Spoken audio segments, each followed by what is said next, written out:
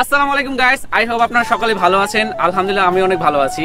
তো আজকে চলে আসছি চন্দ্রিমা উদ্যান। আপনারা সবাই দেখতে পাচ্ছেন এটার আরেকটা নাম আছে, যেটা হচ্ছে জিয়া উদ্যান, যে নামে এটাকে চিনে।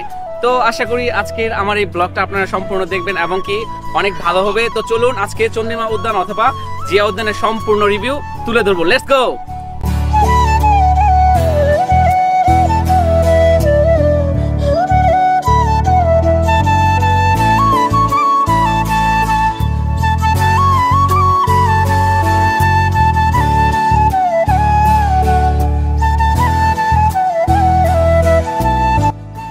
চন্দ্রিমা উদ্যান বাংলাদেশের রাজধানী ঢাকা শহরের প্রাণকেন্দ্রে সংসদ ভবনের পাশে অবস্থিত। সাবেক রাষ্ট্রপতি বিএনপির প্রতিষ্ঠাতা জিয়াউর রহমানের সমাধি এখানে অবস্থিত। সমাধিকে কেন্দ্র করে এখানে সমাধি কমপ্লেক্স প্রতিষ্ঠা করা হয়। প্রতিদিন অসংখ্য দর্শনার্থী এই উদ্যানটি এবং লেকটি দেখতে আসেন। শহরের পশ্চিম অঞ্চলের প্রান্ত ভ্রমণকারীদের জন্য এটি একটি অন্যতম স্থান। ঢাকা শহরের উদ্যানগুলোর মধ্যে এটি অন্যতম গুরুত্বপূর্ণ একটি উদ্যান। তো গাইস, রাইট নাও আমি এখন লেকের পাশে বসে আছি। তো আপনাদের একটা ইনফরমেশন অবশ্যই দিব। জিয়াউর রহমানের সমাধির দক্ষিণ পাশে যে লেকটি অবস্থান করছে এটি হচ্ছে ক্রিসেন্ট লেক। তো নামকরণটা হয়েছে মূলত যে লেকটি দেখতে পাচ্ছেন এই লেকটির আকৃতি হচ্ছে একদম চাঁদের মতো বাঁকানো, তার জন্য নামটি হয়েছে ক্রিসেন্ট। আর সব থেকে বড় কথা হচ্ছে লেকের মাঝখানে রয়েছে ঝর্ণার যে ফোয়ারা।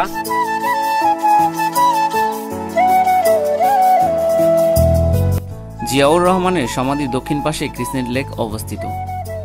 এটি বাঁকা চাঁদের মতো দেখতে বিদায় ক্রিসেন্ট লেক নাম রাখা হয়েছে। এটি দক্ষিণ পাশে চমৎকার করে সিঁড়ি তৈরি করা হয়েছে ও দর্শনার্থীদের বসার স্থান করা হয়েছে চারপাশ জুড়ে। ভিতরে প্রবেশের জন্য লেকের মাঝখান দিয়ে তৈরি হয়েছে মনোরম সেতু। ক্রিসেন্ট লেকের মাঝে ঝুলন্ত সেতুর দুই পাশে দুটি ফোয়ারা রয়েছে। সন্ধ্যার পর ফোয়ারাগুলো চালু করা হলে এক অন্যরকম সৌন্দর্যের বহিঃপ্রকাশ ঘটায়।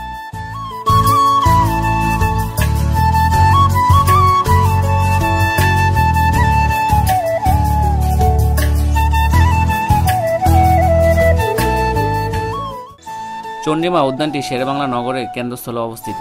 চন্দ্রিমা উদ্যানের দক্ষিণে জাতীয় সংসদ ভবন, উত্তরে বঙ্গবন্ধু আন্তর্জাতিক সম্মেলন কেন্দ্র ও বাণিজ্য মেলার মাঠ, পশ্চিমে গণভবন, পূর্বে তেজগাঁও পুরনো বিমানবন্দর অবস্থিত।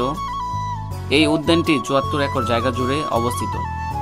মূলত উদ্যানটি বাস্তবায়নের বাজেট হয়েছিল ৩৫ কোটি টাকা।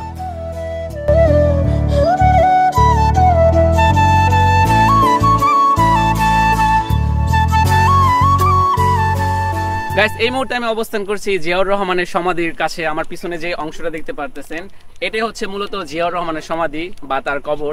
তো চলুন আপনাদের ভিতরে নিয়ে জিয়াউর রহমানের সমাধিটা আপনাদেরকে দেখাই।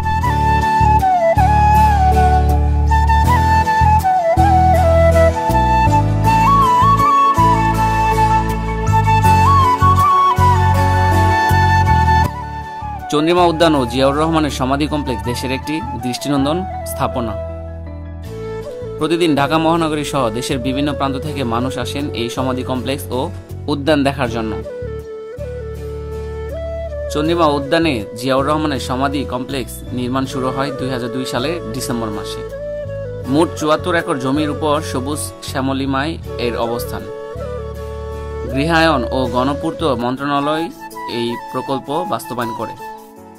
সমাধির পূর্ব ও পশ্চিমে রয়েছে ক্যান্টিন, দক্ষিণে ঝুলন্ত সেতু, উত্তরে মেমোরিয়াল হল ও মসজিদ।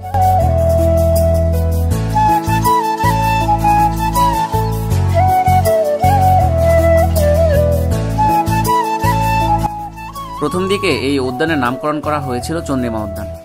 এই নামকরণের প্রেক্ষাপট নিয়ে কিছু মতামত পাওয়া যায়। কারো কারো মতে এখানে চন্দ্রিমা নামে একজনের বাড়ি ছিল, সেখান থেকে এই নামের উৎপত্তি। আবার কারো কারো মতে দক্ষিণ পাশে চন্দ্রাকৃতির ক্রিসেন্ট লেকের সাথে মিল রেখে রাষ্ট্রপতি এরশাদ এর নামকরণ চন্দ্রিমা উদ্যান রেখেছিলেন।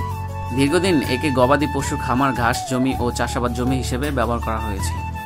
১৯৮১ সালে এই স্থানে মরহুম রাষ্ট্রপতি জিয়াউর রহমানকে সমাধিস্থ করা হয় এবং এলাকাটিকে পরিষ্কার করে দর্শনার্থীদের জন্য মনোরম স্থান হিসেবে গড়ে তোলা হয়।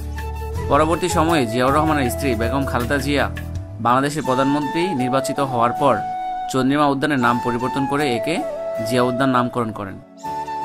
আবার 1996 সালে ক্ষমতায় এসে আওয়ামী লীগের সরকার জিয়া উদ্যান নাম পরিবর্তন করে আবার চন্দ্রিমা উদ্যান নাম রেখেছিল। পরে বিএনপি ক্ষমতায় এসে সেটার নাম পরিবর্তন করে জিয়া উদ্যান নাম রাখে। বর্তমানে আওয়ামী লীগ সরকার আবার নাম পরিবর্তন করে একে চন্দ্রিমা উদ্যান রেখেছে। এখন এই স্থানটি কারো কাছে চন্দ্রিমা উদ্যান, আবার কারো কাছে জিয়া উদ্যান নামে পরিচিত। গাইস, রাইট নাও আমি অবস্থান করছি জিয়াউর রহমান যে সমাধি থেকে একদম উত্তর পাশে যে মসজিদ অথবা এখানে হচ্ছে মেমোরিয়াল যে হল তার একদম উপরে। তো আশা করি আপনারা অবশ্যই দেখতে পারতেছেন ভিডিওর ভিতরে যে এইখানের পরিবেশটা কত মনোমুগ্ধকর। আর আই হোপ আপনারা যখন সরাসরি এসে দেখবেন অবশ্যই আপনারা বুঝতে পারবেন যে কতটা সৌন্দর্য এখানে ফুটে উঠতেছে। তো চলেন বাদবাকি যে অংশগুলো আছে আমি আপনাদের ঘুরে দেখাই। তো আপনারা আমার সাথেই থাকুন, লেটস গো।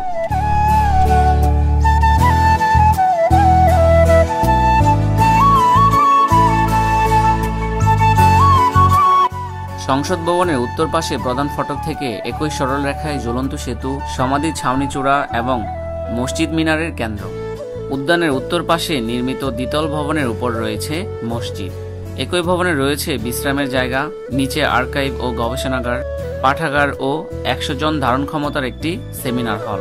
এটি 2006 সালে 19 মার্চ উদ্বোধন করেন তৎকালীন গণপূর্ত মন্ত্রী মির্জা আব্বাস, কিন্তু এখন পর্যন্ত এটার কাজ সম্পূর্ণ হয়নি।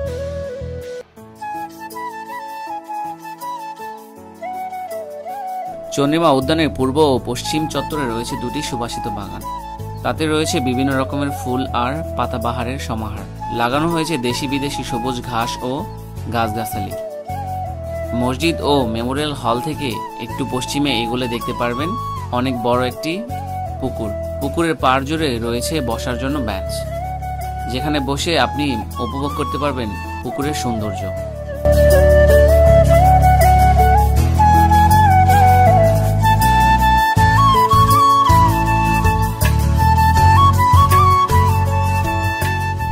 এই মুহূর্তে আমি অবস্থান করছি জিয়াউর রহমানের সমাধির একদম পশ্চিম সাইডে, যেখানে রয়েছে অনেক সুন্দর একটা পুকুর। তো আপনারা অবশ্যই দেখতে পাচ্ছেন যে পুকুরের পাশে রয়েছে বসার জন্য আপনার যে বেঞ্চগুলো এগুলো। তো এখানে আপনারা যখন আপনার কাছের মানুষ হোক অথবা ফ্যামিলির কাউকে নিয়ে যখন এখানে বসে যখন আপনি পুকুরটার ভিউ যখন দেখবেন, তখন আপনি বুঝতে পারবেন যে জীবনের উপভোগটা কতটুকু মানুষ করতে পারে এবং সৌন্দর্যটা কতটুকু মানুষ ফুটাইতে পারে।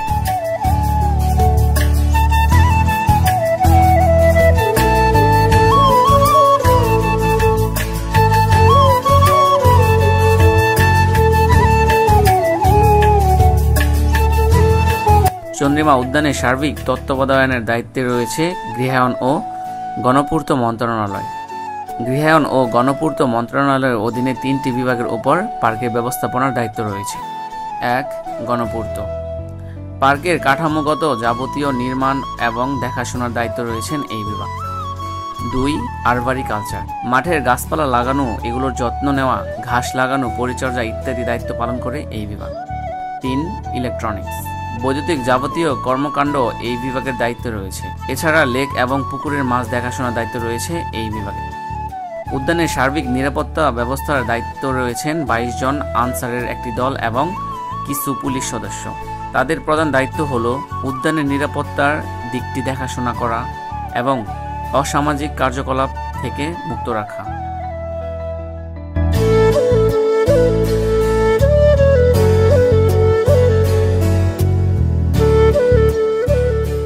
তো গাইস, আশা করি আমার এই ভিডিওটি আপনাদের কাছে অবশ্যই ভালো লাগছে। আর ভিডিওটি যদি ভালো লাগে অবশ্যই আমার ভিডিও লাইক করে চ্যানেলটি সাবস্ক্রাইব করে দিয়ে আমার পাশে থাকবেন। আর একটা কথা আমি আপনাদেরকে বলে যাই, যে কথাটি হচ্ছে চন্দ্রিমা উদ্যান অথবা জিয়া উদ্যান, আপনারা যেটাই বলো না কেন, এখানে অবশ্যই আসবেন। কারণ এখানে আসলে এত সুন্দর একটা মনোরম পরিবেশ আপনারা পাবেন, যেটা উপভোগ করতে আপনাদের কাছে অনেক ভালো লাগবে।